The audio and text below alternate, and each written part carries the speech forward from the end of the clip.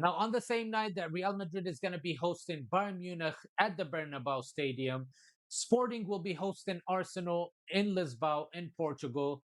Now, it's always an advantage to host the second leg at your home stadium. And if your seed is higher, you end up hosting the second leg in at your home stadium. So Arsenal will be hosting the second leg at the Emirates Stadium after finishing first in the group stage in the table. Second place was Bayern Munich, so they will be hosting Real Madrid at the Allianz Arena in Munich, in Germany. So it's always an advantage hosting the second leg in your home stadium with the home atmosphere, the home fans, knowing what the score is, playing your style. Very comfortable for the players to go from their homes to the stadium and instead of traveling. So Sporting need to be very uh, very aggressive in the first leg at their home stadium. They only lost twice this season at their home.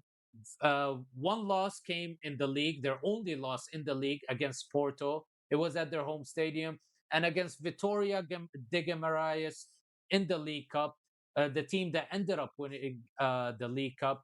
Now, Sporting is one of the top teams in Liga Portugal. They're the reigning champs, back-to-back champions of Liga Portugal. This season, they're sitting second place, 5 points behind Porto, and they got knocked out of the League Cup. They're still in the Taca de Portugal, which I believe is like the Nations Cup, and they will be facing Porto in that. But they have been doing really, really well this season. They didn't play the playoff game. So this is the only game out of the quarterfinals where both teams have not played a playoff game. Both teams qualified right away to the round of 16 since they finished top eight in the table. Sporting finished seventh. Arsenal finished first place. Arsenal faced Leverkusen where they defeated them 3-1 on aggregate, while Sporting struggled in the first leg, losing to Bodo Glimt, who were on a winning streak. They defeated Manchester City, defeated Atletico Madrid, then they beat Inter Milan twice, home and away in the playoffs, and then they had to face Sporting in the round of 16. They beat them in Norway 3-0. Everybody thought that Sporting is done; they're knocked out. The Norwegian side are doing the Cinderella story. They're gonna keep going to the quarterfinals, but Sporting decided to take off from the league game over the weekend, take a week off, and when they faced Bodo Glimt, they battered them 5-0 after extra time, and they advanced 5-3 on aggregate to the quarterfinals, where they're now facing Arsenal. Now, speaking of how well Sporting is playing, they are I believe the third highest scoring team in their domestic leagues. They have 72 goals in the league. Their leading scorer, Luis Suarez, who came from Almeria, the Colombian international, he did not miss a step, was the best replacement for Victor Gyökeres, the Swedish player who moved to Arsenal over the summer. He hasn't done the best up to his standard with Arsenal. He's still acclimating to the club, to the Arteta style of play, to the Premier League. But Luis Suarez, he's going to be facing his former side in this quarterfinal matchup. He's going to be going back to Lisboa to hopefully, probably be greeted by the Sporting fans, thanking him for the incredible season that he had last season, finishing. They finished top of the league. They won the league, and he was the top scorer of the league at that time. So Luis Suarez, the Colombian international, did not miss a step. He has 5 goals in the Champions League this season. Sporting is doing very, very, very well. They in the Champions League finishing seventh. They defeated PSG, the reigning champs, or the 90th minute winner from Luis Suarez, and they only lost two games, which are to Napoli and Bayern Munich. Sporting scored the least amount of goals out of all the teams in the quarterfinals. They scored the least amount of goals, only scoring 22. While Arsenal, they scored 26. There's not much of a difference there, but they're the least scoring side, and they also conceded 14 goals, while Arsenal conceded only five. So Arsenal conceded the least amount of goals. That just shows you that Arsenal is a very, very well structured team. They play as everybody in position, they move together, they do really well. But at the same time, that could hinder their progress because, as we saw in the EFL Cup final against Manchester City, Manchester City allowed them to build up while closing the gaps. They gave them the chance, but Arsenal could not do anything. So they're very structured. There's not room for fluidity or creativity. This part of the game from Arsenal, I believe, against Sporting, we might see something different, especially that they're coming off of a back to back loss. First loss in the EFL Cup final against Manchester City before the international break, and the second loss came over the weekend in the FA Cup against championship side Southampton.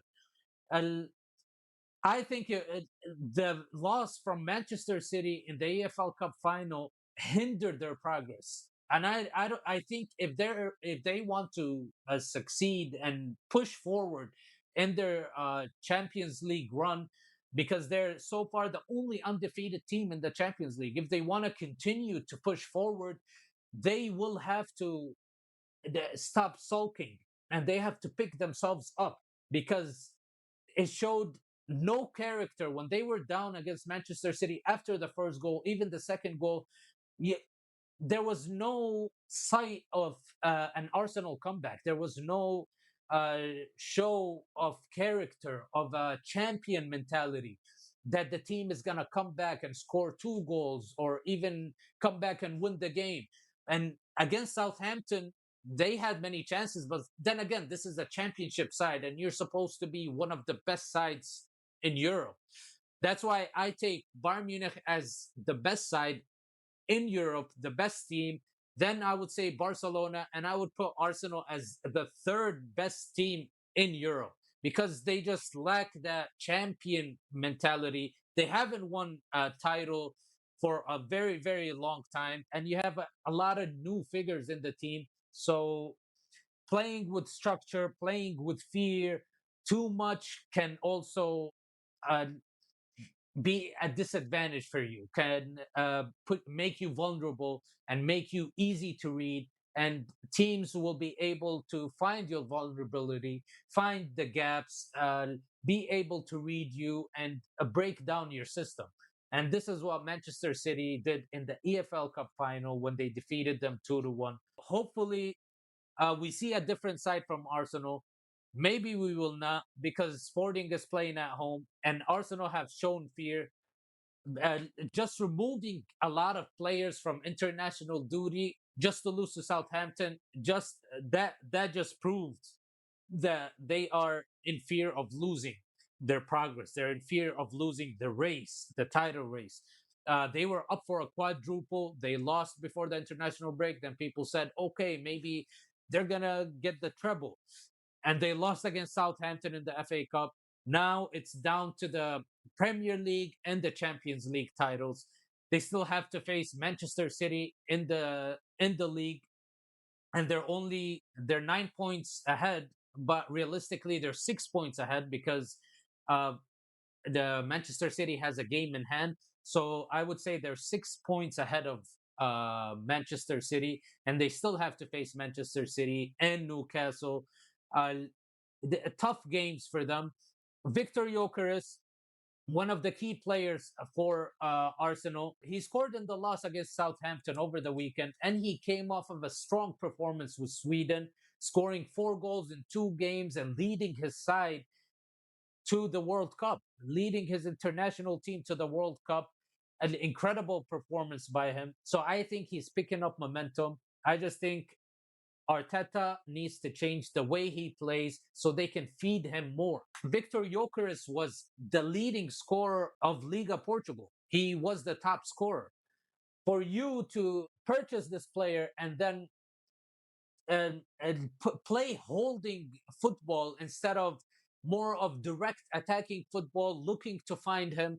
It's that just did not help him get the opportunities to score as many goals, build momentum, and uh, be a goal scoring machine that he's used to be.